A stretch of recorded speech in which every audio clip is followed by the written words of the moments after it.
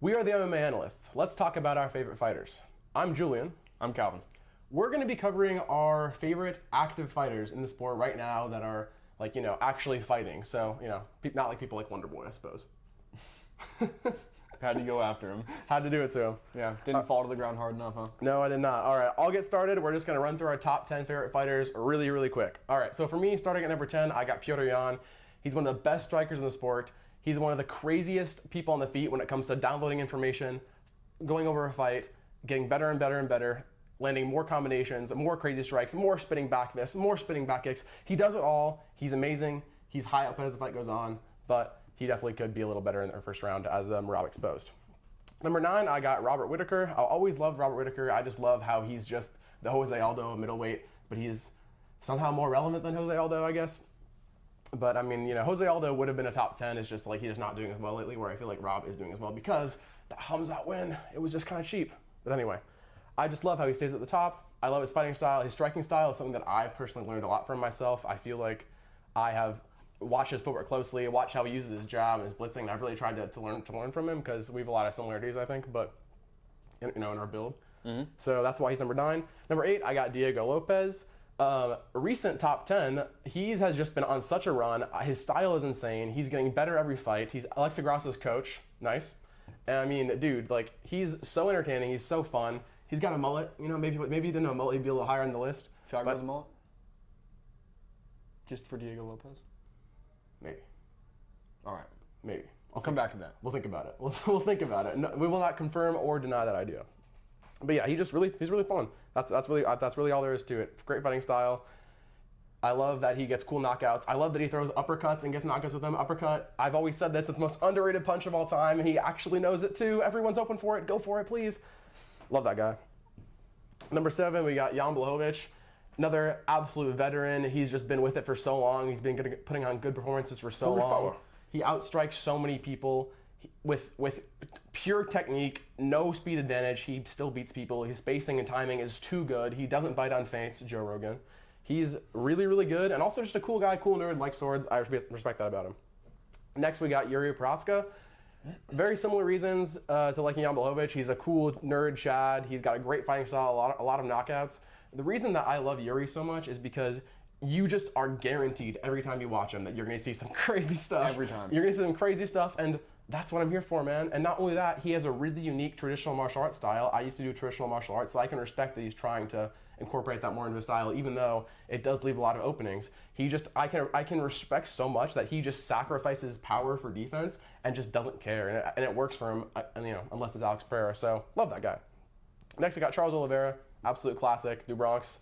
I mean, he's been around for so long. He's still doing well. I had a bad feeling that Michael Chandler was going to beat him, so I picked Chandler, but I'm so glad I was wrong because Oliveira showed levels on the feet, and yes, he got caught at the end. But I mean, if not for the back of the head strikes, I don't even know if not much would happen there. So Oliveira is still here. I don't need to explain anything about Oliveira. If you're watching this video, you probably are having him in your top 5 too. So number 4, I got Tom Aspinall.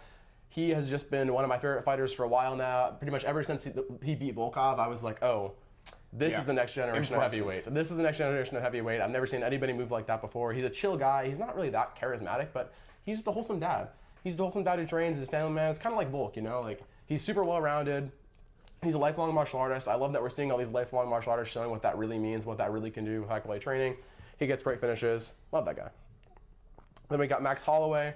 Again, very similar. He's just a really, really cool, solid dude. It is what it is. That's like his tagline by now. But yeah. he's got a great fighting style. It's this, and it is what it is. Right. Exactly. And he's got such a cool fighting style that's evolved throughout the years and has gotten safer and more defensively responsible, but has gotten more effective against a lot of other styles, especially in terms of leg kick defense, in terms of spacing. Like Max Holloway has just been sharpening it for so long, and I love to see that still.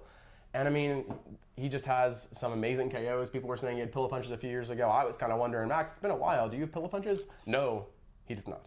He does not. They're strong. They're very strong. Number 2, super close to Max, I got Volk. Love Volk. He's my favorite fighter for a long time. He's just another wholesome dad who has one of the coolest fighting styles I've ever seen. And the first time he beat Max Holloway, I was shook. The second time he beat Max Holloway, I was also shook. And the third time he beat Max Holloway, it's one of the best performances I've ever seen. And ever since then, Volk has been pretty much my favorite fighter. I mean, he's just a cool guy. Watch Cooking with Volk also if you haven't. I'm just going to plug that. Sorry if you were going to plug that too. I was. You can plug it again, just remind him. Oh, I definitely will. And then number 1, it's Poatan. It's Alex Pereira. He has been one of my favorite fighters for a long time. I watched him. Shama. But yeah, I've been watching him since Glory. I was not a huge fan of him back then.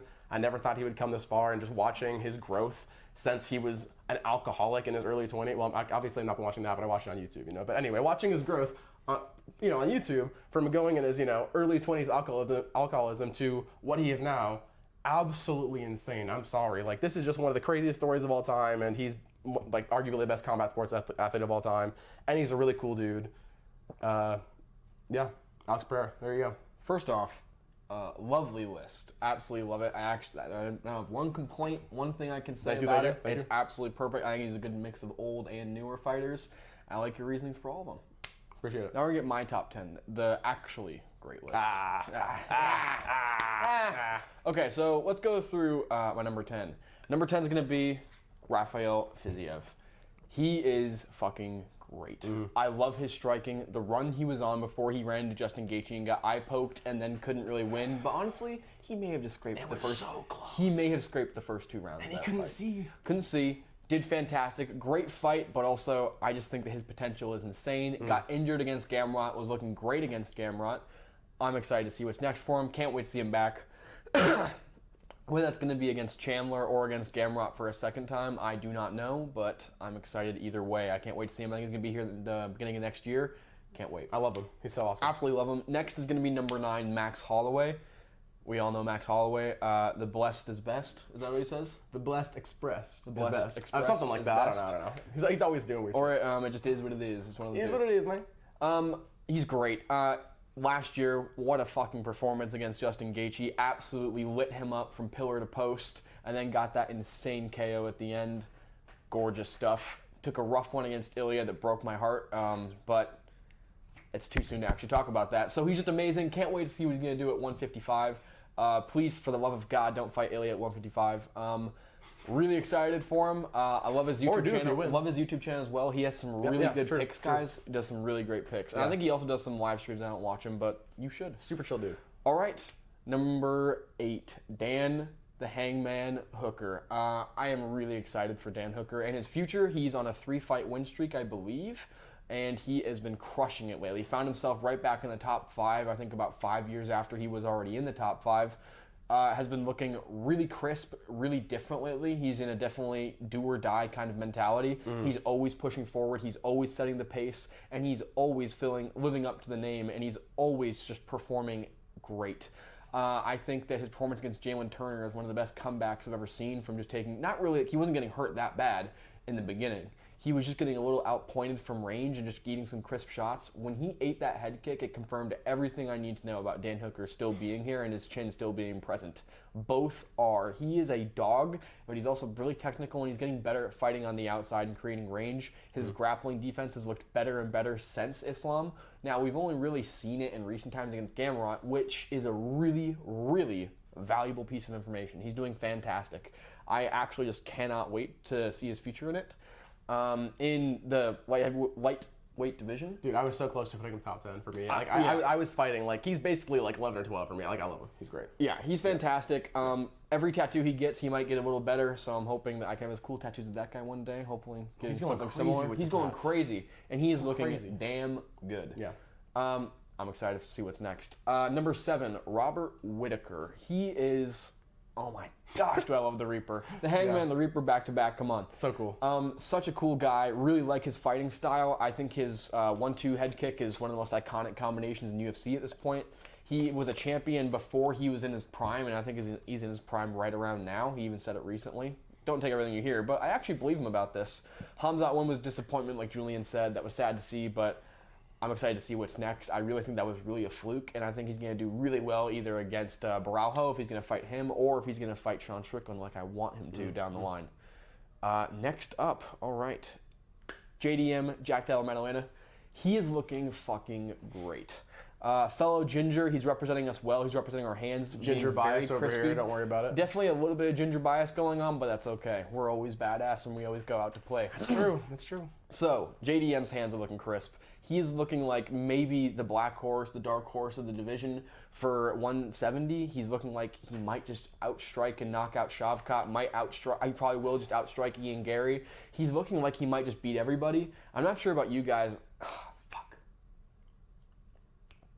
Bilal, that's his name. No, I thought his name was Amir.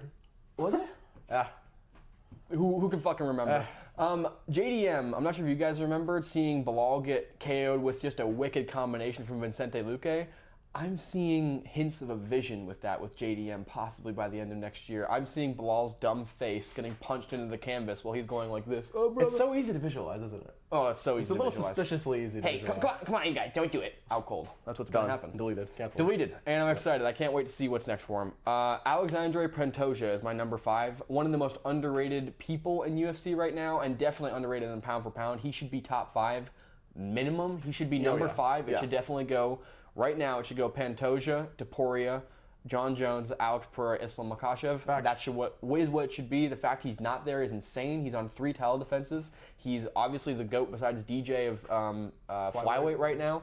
And I think his next fight is going to be against Kai, who has some good knockout power, but it's not going to be good enough. I think Pantoja is going to keep going on a run. He's asked for the DJ fight, didn't happen. And then he just said recently he just wants to beat DJ's record. And honestly, it sounds crazy to say, but if I'm going to believe anyone in UFC to say they're going to beat a record from a former champ or a former GOAT like that, I kind of believe in Pantoja. He's very well-rounded, grappling, insane, probably the best in the UFC right now, on a technical level. His chin is even crazier. He's eating shots, which I just cannot believe. I just can't believe the knee he ate against Asakura, the body shot he ate against him. It was incredible. He's a marauder. He actually is. He's a mini Poatan. He has more stone face than Poatan. I love Poatan to death. Yeah. He's my favorite fighter on the roster, which we'll get to. Yeah. But Pantoja doesn't blink. He eats these shots to the ribs and doesn't blink. He's the OG stone face in the UFC. He's the OG stone face, and he's bringing it. All right. Next up, the up-and-comer, not really anymore. He is the champion. He is the heavyweight champion. His name is Tom Aspinall. Tommy Aspinall. He's been in here, and he is conquering. The last thing that he needs to get through is Dana White, so he can get through John Jones. After he gets to John Jones, it's going to be smooth sailing unless he meets a small hiccup in Alex Pereira. But besides that, Tom Aspinall's looking great. He's looking like a new version of heavyweight that we all want to see. I'm so excited to see some more fights from him. I think the Volkov 2 fight's going to be exciting. I think the Cyril Gane might be exciting for at least a minute. I think that there's going to be some up-and-comers that are going to come through. I think the UFC is promoting some Dagestanis to go up to him. And a lot of people I'd be worried about. I am not even worried about Tom Aspinall. In fact, I welcome Dagestan and everyone to come up to heavyweight and try and take that belt from him. Please give us some matchups. I want to see him go to a second round. I'm just not sure who's going to get there. Yeah. I love him. I'm liking his new approach on fights. I like that he's treating everyone professionally, but also he's treating the situation realistically, where he's saying he's the best, he knows he's the best, and he's going to go and get it, and I can't wait to see him do it. All right, Volkanovski. Volk has hurt my heart more than any UFC fighter ever has. I couldn't even talk about it. His double losses to Ilya Topuria and then Islam Makhachev were brutal to see. He came back way too fast in the Islam 2 fight. I personally think that Volk was robbed in the first fight. It's part of the reason why he's one of my favorite fighters. And because of all his achievements before that. Because as much as I'm saddened by the Ilya loss and the Islam loss, I did call an Islam first-round KO, and I was just as depressed as the rest of you, and I'm pretty sure I slammed my computer down and had to walk away.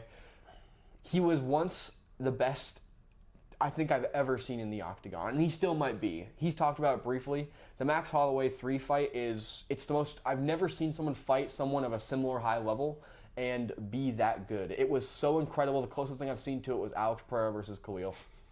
It was gorgeous. Or Eddie Alvarez McGregor. That was a really good one, but Volk was just moving in ways. His head movement is insane, and even though he's older and it's a smaller weight class, I think that he might give Topuria problems in the rematch. I don't think he's going to win, but I actually could really see the fight going to decision and being close.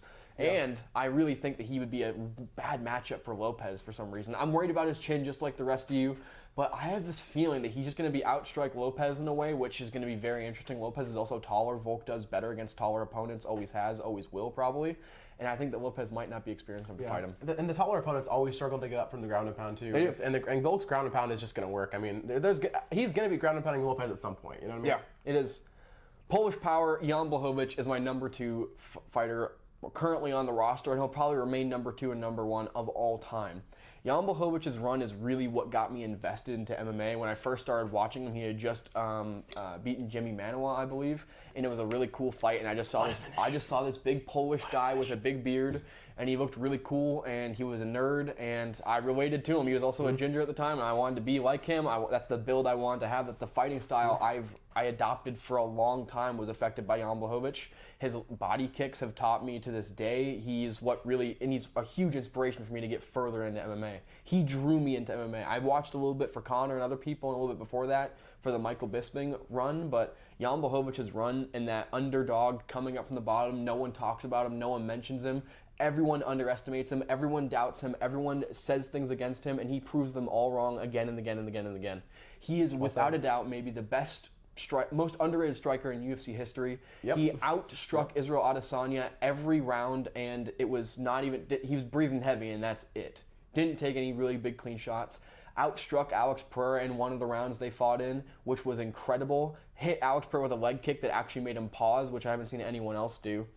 Beat Dominic Reyes in such a dominant fashion after Dominic Reyes had just beaten what everyone calls the GOAT, John Jones, who had just gotten his ass kicked by Dominic Reyes for 4 out of the 5 rounds. Jan beat him in 2 rounds, systematically dismantled him from top to bottom, started with the leg kicks, went to the body kicks, broke his rib with 1 kick, and then went up top for the combinations and just completely destroyed him. It's one of the most underrated, not talked about championship performances of all time against Dominic Reyes. It really is crazy. Get used to the Jan Glaze, guys. Get used to the Jan Glaze.